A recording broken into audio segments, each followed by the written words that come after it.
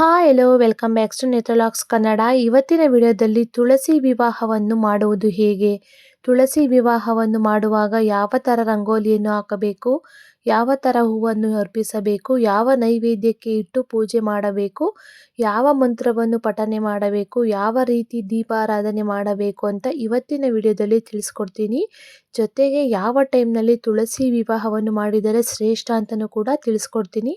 ಹಾಗಿದ್ರೆ ಇನ್ನೂ ಏಕೆ ತಡ, ವಿಡಿಯೋನ ಶುರು ಮಾಡೋಣ. ವಿಡಿಯೋನ ಶುರು ಮಾಡೋದಕ್ಕಿಂತ ಮುಂಚೆ ಯಾರೆಲ್ಲ ನನ್ನ ಚಾನಲ್ನ ಸಬ್ಸ್ಕ್ರೈಬ್ ಮಾಡ್ಕೊಂಡಲ್ಲೇ ವಿಡಿಯೋ ನೋಡ್ತಾ ಇದ್ದೀರಾ, ಪ್ಲೀಸ್ ಹೋಗಿ ಸಬ್ಸ್ಕ್ರೈಬ್ ಮಾಡ್ಕೊಂಡು ವಿಡಿಯೋನ ಶುರು ಮಾಡಿ ಅಂತ ಕೇಳ್ಕೊಳ್ತಾ ಇದ್ದೀನಿ.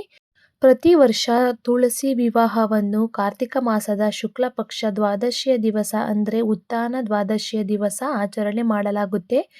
ಈ ತುಳಸಿ ವಿವಾಹವನ್ನು ಉತ್ಥಾನ ದ್ವಾದಶಿ ಅಥವಾ ಕ್ಷೀರಾಬ್ದಿ ದ್ವಾದಶಿ ಅಂತಲೂ ಕೂಡ ಕರೆಯಲಾಗುತ್ತೆ.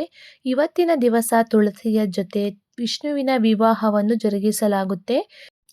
ತುಳಸಿ ಗಿಡದ ಜೊತೆ ನೆಲ್ಲಿಕಾಯಿ ಗಿಡದ ರೆಕ್ಕೆಯನ್ನು ಗಿಡದಲ್ಲಿ ನೆಟ್ಟು ಅದಕ್ಕೆ ಪೂಜೆಯನ್ನು ಮಾಡುವಂತಹ ಪದ್ಧತಿ ಇದೆ. ತುಳಸಿಯನ್ನು ಪೂರ್ವ, ಪಶ್ಚಿಮ ಅಥವಾ ಉತ್ತರ ದಿಕ್ಕಿನಲ್ಲಿ ಸ್ಥಾಪನೆ ಮಾಡಲಾಗುತ್ತೆ. ಯಾವ ಜಾಗದಲ್ಲಿ ತುಳಸಿ ಕುಂಡವನ್ನು ಇಟ್ಟಿರುತ್ತೇವೋ ಆ ಜಾಗದಲ್ಲಿ ಶುದ್ಧ ಮಾಡಿಕೊಂಡು ನೀರು ಅಥವಾ ಗೋಮೂತ್ರದಲ್ಲಿ ಸ್ವಚ್ಛನ ಮಾಡಬೇಕಾಗುತ್ತೆ. ನಾವು ತುಳಸಿ ಗಿಡದ ಪಾಟ್ನ ನಾವು ಬೇಕಾದರೂ ಸುಣ್ಣ ಅಥವಾ ಬಣ್ಣನ ಮಾಡ್ಕೊಂಡು ಬೇಕಾದರೂ ಪೂಜೆನ ಮಾಡ್ಕೊಳ್ಬಹುದು. ಅನಂತರ ಸಂಜೆಯ ಸಮಯ ಗೋಧೂಳಿ ಸಮಯದಲ್ಲಿ ಪೂಜೆನ ಮಾಡಿದ್ರೆ ತುಂಬಾ ಶ್ರೇಷ್ಠ ಅಂತಲೂ ಕೂಡ ಹೇಳ್ತಾರೆ. ಹಾಗಾಗಿ 5:30ಯಿಂದ 7:30 ಸಮಯದಲ್ಲಿ ಪೂಜೆನ ಮಾಡಬಹುದು. ಸುಂದರವಾಗಿ ತುಳಸಿ ಗಿಡವನ್ನು ನಾವು ಅಲಂಕಾರ ಮಾಡ್ಕೊಳ್ಬೇಕು. ತುಳಸಿ ಗಿಡ ಅಥವಾ ತುಳಸಿ ಕುಂಡಕ್ಕೆ ಅರಿಶಿನ ಕುಂಕುಮ ಇಟ್ಟು ಹೂಗಳನ್ನು ಹಾಗೆ ಗೆಜ್ಜೆ ವಸ್ತ್ರವನ್ನು ಅರ್ಪಿಸಿ ಬ್ಲೌಸ್ ಪೀಸಿಂದಾಗಲಿ ಸೀರೆಯಿಂದಾಗಲಿ ಅಲಂಕಾರವನ್ನು ಮಾಡಬಹುದು. ಹಾಗೆ ತುಳಸಿ ದೇವಿಗೆ ತಾಂಬೂಲದ ರೀತಿಯಾಗಿ ನಾವು ಬಳೆ, ಅರಿಶಿನ, ಕುಂಕುಮ, ಬ್ಲೌಸ್ ಪೀಸ್, ಅಲಂಕಾರಿಕ ವಸ್ತುಗಳನ್ನು ನಾವು ಇಡಬೇಕಾಗುತ್ತೆ. ಈ ಹಬ್ಬ ಕಾರ್ತಿಕ ಮಾಸದಲ್ಲಿ ಬಂದಿರುವುದರಿಂದ ಎಷ್ಟು ಸಾಧ್ಯವಾಗುತ್ತೋ ಅಷ್ಟು ದೀಪಗಳನ್ನು ಆವತ್ತಿನ ದಿವಸ ನೀವು ಹಚ್ಚಬಹುದು. ಇನ್ನು ದೀಪಗಳನ್ನು ಹಚ್ಚಿಕೊಂಡು ಪೂಜೆನ ಮಾಡಬೇಕಾಗುತ್ತೆ. ತುಳಸಿ ಹಾಗೆ ವಿಷ್ಣು ದೇವರಿಗೆ ಅರಿಶಿನ ಕುಂಕುಮ ಅಕ್ಷತೆಯನ್ನು ಅರ್ಪಿಸಿ ಅರಿಶಿನ ಕೊಂಬನ್ನು ತುಳಸಿ ಗಿಡಕ್ಕೆ ಕಟ್ಟಬೇಕು. ಮಾಂಗಲ್ಯದ ಸ್ವರೂಪವಾಗಿ ನಾವು ತುಳಸಿ ವಿವಾಹವನ್ನು ಮಾಡ್ತಾ ಇರೋದ್ರಿಂದ ಅರಿಶಿನ ಕೊಂಬನ್ನು ತುಳಸಿ ಗಿಡಕ್ಕೆ ಕಟ್ಟಲೇಬೇಕು. ಅನಂತರ ಅಗರಬತ್ತಿ ಹಚ್ಚಿಕೊಂಡು ಧೂಪವನ್ನು ಮಾಡಬೇಕು. ಧೂಪ ಆದ ನಂತರ ಅರ್ಚನೆಯನ್ನು ಮಾಡಬೇಕಾಗುತ್ತದೆ. ತುಳಸಿ ಅಷ್ಟೋತ್ತರ ಹೇಳ್ಕೊಂಡು ಕೃಷ್ಣನ ಅಷ್ಟೋತ್ತರವನ್ನು ಹೇಳ್ಕೊಂಡು ನಾವು ಅರ್ಚನೆಯನ್ನು ಮಾಡಬಹುದು. ನೀವು ನೈವೇದ್ಯಕ್ಕೆ ಅಂತ ಹಣ್ಣು, ಕಾಯಿ, ಹಸಿ ಹಾಲನ್ನು ನೈವೇದ್ಯಕ್ಕೆ ಮಾಡಬಹುದು. ಅದನ್ನು ಹೊರತುಪಡಿಸಿ ಬೆಣ್ಣೆಯನ್ನು ನೈವೇದ್ಯಕ್ಕೆ ಇಡಬಹುದು. ಸಿಹಿ ಅವಲಕ್ಕಿಯನ್ನು ಕೂಡ ನೀವು ಇಡಬಹುದು. ಪಂಚಕಜ್ಜಾಯ, ಸಿಹಿ ಅವಲಕ್ಕಿ ಪಾಯಸನೂ ಕೂಡ ನಾವು ನೈವೇದ್ಯಕ್ಕೆ ಇಡಬಹುದು. ಹಾಗೆಯೇ ಕೋಸಂಬರಿ, ಕಡಲೆ ಉಸ್ಲಿ, ಪಾನಕ, ಮನೆಗೆ ಬಂದಿರುವಂತಹ ಮುತ್ತೈದೆಯರಿಗೂ ಕೂಡ ನಾವು ಪ್ರಸಾದವನ್ನು ನಾವು ನೈವೇದ್ಯವನ್ನು ಕೊಡಬೇಕಾಗುತ್ತೆ. ನೈವೇದ್ಯವಾದ ನಂತರ ಮಹಾಮಂಗಳಾರತಿಯನ್ನು ನಾವು ಕರ್ಪೂರದಲ್ಲಿ ಹಚ್ಚಿಕೊಂಡು ಆರತಿಯನ್ನು ಮಾಡಬೇಕಾಗುತ್ತೆ. ದೀಪಾರಾಧನೆಯನ್ನು ಕೂಡ ಮಾಡಬೇಕಾಗುತ್ತೆ. ತುಳಸಿ ಹಬ್ಬದಲ್ಲಿ ಮಾಡಬೇಕಾದಂತಹ ಆರತಿ ಎಂದರೆ ಅದು ಬೆಟ್ಟದ ನೆಲ್ಲಿಕಾಯಿ ಆರತಿ. ಬೆಟ್ಟದ ನೆಲ್ಲಿಕಾಯಿ ಆರತಿಯನ್ನು ನಾವು ಬೆಸೆ ಸಂಖ್ಯೆಯಲ್ಲಿ ಇಟ್ಕೊಂಡು ಪೂಜೆನ ಮಾಡಬೇಕಾಗುತ್ತೆ. ಹೇಗೆ ಎಂದರೆ 3, 5, 7, 9, 11, 15 ಬೆಸ ಸಂಖ್ಯೆಯಲ್ಲಿ ನಾವು ಉಪಯೋಗಿಸ್ಕೊಂಡು ಆರತಿನ ಮಾಡಬೇಕಾಗುತ್ತೆ. ಹೇಗೆ ಆರತಿನ ಮಾಡೋದು ಅಂತ ತಿಳಿಸ್ಕೊಡ್ತೀನಿ ಬನ್ನಿ. ನಾವು ತಾಮ್ರದ ತಟ್ಟೆ ಅಥವಾ ಬೆಳ್ಳಿ ತಟ್ಟೆ ಅಥವಾ ಮಾಮೂಲಿ ತಟ್ಟೆಯಲ್ಲೂ ಕೂಡ ನೀವು ಇಟ್ಕೊಳ್ಬೋದು. ಆ ತಟ್ಟೆಗೆ ನಾವು 1 ಲೋಟ ಆಗುವಷ್ಟು ಅಕ್ಕಿಯನ್ನು ಸೇರಿಸ್ಕೊಳ್ಬೇಕು. ಅಕ್ಕಿ ಏಕೆ ಹಾಕುವುದೆಂದರೆ ಬೆಟ್ಟದ ನೆಲ್ಲಿಕಾಯಿ ದುಂಡಾಗಿರುವ ಕಾರಣದಿಂದಾಗಿ ತಟ್ಟೆಯಲ್ಲಿ ಕುಳಿತುಕೊಳ್ಳೋದಿಲ್ಲ. ಹಾಗಾಗಿ ನಾವು 1 ಲೋಟ ಆಗುವಷ್ಟು ಅಕ್ಕಿನ ಸೇರಿಸ್ಕೊಳ್ಬೇಕಾಗುತ್ತೆ. ಅಕ್ಕಿಯನ್ನೆಲ್ಲ ಸಮ ಪ್ರಮಾಣದಲ್ಲಿ ಎಲ್ಲ ತಟ್ಟೆಗೆಲ್ಲ ಹರಡ್ಕೊಂಡಿದ ನಂತರ ನಾವು ತಟ್ಟೆಯ ಮಧ್ಯಭಾಗದಲ್ಲಿ ಶ್ರೀ ಅಂತ ಬರ್ಕೊಳ್ಳಬೇಕಾಗುತ್ತೆ. ಅನಂತರ ನಾವು ಅರಿಶಿನ, ಕುಂಕುಮ, ಅಕ್ಷತೆ ಕಾಳನ್ನು ಇಟ್ಕೊಂಡು ಹೂವಿನಲ್ಲಿ ಅಲಂಕಾರ ಮಾಡ್ಕೊಳ್ಬೇಕಾಗುತ್ತೆ. ಬೆಟ್ಟದ ನೆಲ್ಲಿಕಾಯಿನ ನಾವು ಮಧ್ಯಭಾಗದಲ್ಲಿ ಸ್ವಲ್ಪ ಚಾಕುವಿನ ಸಹಾಯದಿಂದ ಕೊರೆದುಕೊಳ್ಳಬೇಕಾಗುತ್ತೆ. ಇಲ್ಲ ಅಂದರೆ ತುಪ್ಪದ ದೀಪ ಚೆನ್ನಾಗಿ ಕೂತ್ಕೊಳ್ಳೋದಿಲ್ಲ.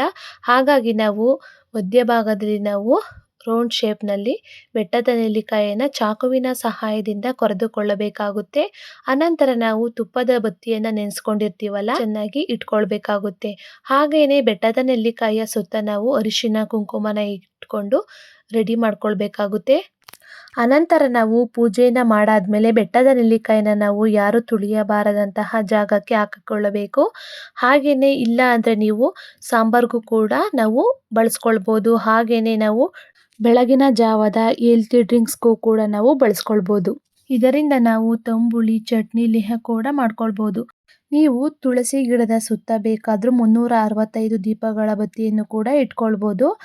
ಹಾಗೆಯೇ ವಿಷ್ಣುವಿಗೆ ಇಷ್ಟವಾದಂತಹ ಅಕ್ಕಿ ಹಿಟ್ಟಿನ ದೀಪಗಳನ್ನು ಕೂಡ ನೀವು ಆರತಿಯಲ್ಲಿ ಮಾಡ್ಕೊಳ್ಬೋದು. ನೀವು ಸಾಂಬ್ರಾಣಿ ದೀಪಗಳನ್ನು ಕೂಡ ನೀವು ಮನೆಯಲ್ಲಿ ಹಚ್ಕೊಳ್ಬೋದು. ಮನೆಯಲ್ಲಿ ಇರುವಂತಹ ನೆಗೆಟಿವ್ ಎನರ್ಜಿ ಹೋಗುತ್ತೆ ಅಂತ ನಾವು ಸಾಂಬ್ರಾಣಿ ಬತ್ತಿನ ಅಥವಾ ದೀಪಗಳನ್ನ ನಾವು ಹಚ್ಕೊಳ್ಬೇಕಾಗುತ್ತೆ. ನೀವು ಹಾಗೆಯೇ ಕೆಂಪು ಆರತಿ ತಟ್ಟೆಯನ್ನು ಕೂಡ ರೆಡಿ ಮಾಡ್ಕೊಳ್ಬೇಕಾಗುತ್ತೆ. ಮತ್ತು ಯಾವ ಹೂಗಳನ್ನು ಅರ್ಪಿಸಬಹುದು ಅಂದರೆ ಸುಗಂಧ ಭರಿತವಾದಂತಹ ಯಾವುದೇ ಹೂಗಳನ್ನು ನಾವು ಅರ್ಪಿಸಬಹುದು. ಮಲ್ಲಿಗೆ, ಸಂಪಿಗೆ, ಪರಿಮಳ ಭರಿತವಾದಂತಹ ಹೂಗಳನ್ನು ಅರ್ಪಿಸಬೇಕು. ಹಾಗೆಯೇ ನಾವು ಕೆಂಪು ಆರತಿಯನ್ನು ಮಾಡಬೇಕಾದ್ರೆ ನಾವು ಆರತಿಯನ್ನು ಮಾಡಬೇಕಾದರೆ ಯಾವ ಹಾಡನ್ನು ಹೇಳಬೇಕು ಅಂತಲೂ ಕೂಡ ನನ್ನ ಲಾಸ್ಟ್ ವಿಡಿಯೋದಲ್ಲಿ ತಿಳಿಸಿಕೊಟ್ಟಿದ್ದೀನಿ. ಇಂಟ್ರೆಸ್ಟ್ ಇದ್ದರೂ ಹೋಗಿ ಚೆಕ್ ಮಾಡ್ಕೊಳ್ಳಿ. ಹಾಗೆಯೇ ಕೆಂಪು ಆರತಿಯನ್ನೆಲ್ಲ ಮಾಡಿದ ನಂತರ ನಾವು ಯಾರೂ ತುಳಿಯದಂತಹ ಜಾಗಕ್ಕೆ ನಾವು ಹಾಕಬೇಕಾಗುತ್ತೆ. ಹಾಗೆಯೇ ತುಳಸಿ ವಿಸರ್ಜನೆಯನ್ನು ಯಾವ ರೀತಿ ಮಾಡೋದು ಅಂತಲೂ ಕೂಡ ತಿಳಿಸ್ಕೊಡ್ತೀನಿ. ತುಳಸಿ ಕುಂಡನ ನಾವು ಬಲಭಾಗಕ್ಕೆ 3 ಬಾರಿ ಅಲುಗಾಡಿಸಿದರೆ ವಿಸರ್ಜನೆ ಮಾಡಿದಂತಾಗುತ್ತೆ. ಇನ್ನು ನಾವು ತುಳಸಿ ಕಟ್ಟೆನ ನಾವು ಮನೆ ಒಳಗೆ ಕೂಡ ಇಟ್ಕೊಂಡು ಪೂಜೆನ ಮಾಡ್ಬೋದು, ಹೊರಗೂ ಕೂಡ ಇಟ್ಕೊಂಡು ಪೂಜೆ ಮಾಡ್ಬೋದು.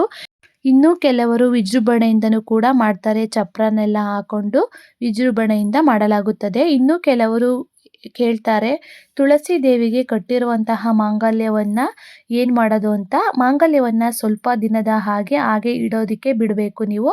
ಅನಂತರ ನೀವು ಹರಿಯುವ ನೀರಿಗಾಗಲಿ ಅಥವಾ ಯಾರೂ ತುಳಿದಿರುವಂತಹ ಜಾಗಕ್ಕೆ ನೀವು ಅದನ್ನು ಹಾಕಬೇಕಾಗುತ್ತೆ. ಮನೆಯ ಸುತ್ತಮುತ್ತ ಇರುವಂತಹ ಮುತ್ತೈದೆಯರಿಗೆ ಅರಿಶಿನ ಕುಂಕುಮ ನೈವೇದ್ಯವನ್ನು ಕೊಟ್ಟು ನೀವು ಕಳಿಸ್ಬೇಕಾಗುತ್ತೆ. ತುಳಸಿ ಹಬ್ಬಕ್ಕೆ ನಾನು ಹೇಳಿರುವಂಥ ಇನ್ಫಾರ್ಮೇಷನ್ ಇಷ್ಟ ಆಯಿತು ಅಂದರೆ ಲೈಕ್ ಮಾಡಿ, ಶೇರ್ ಮಾಡಿ, ಕಮೆಂಟ್ ಮಾಡಿ. ಹಾಗೆಯೇ ನನ್ನ ಚಾನಲ್ನ ಸಬ್ಸ್ಕ್ರೈಬ್ ಮಾಡ್ಕೊಂಡು ವಿಡಿಯೋ ನೋಡಿ ಅಂತ ಕೇಳ್ಕೊಳ್ತಾ ಇದ್ದೀನಿ. Thank you for watching. Love you all.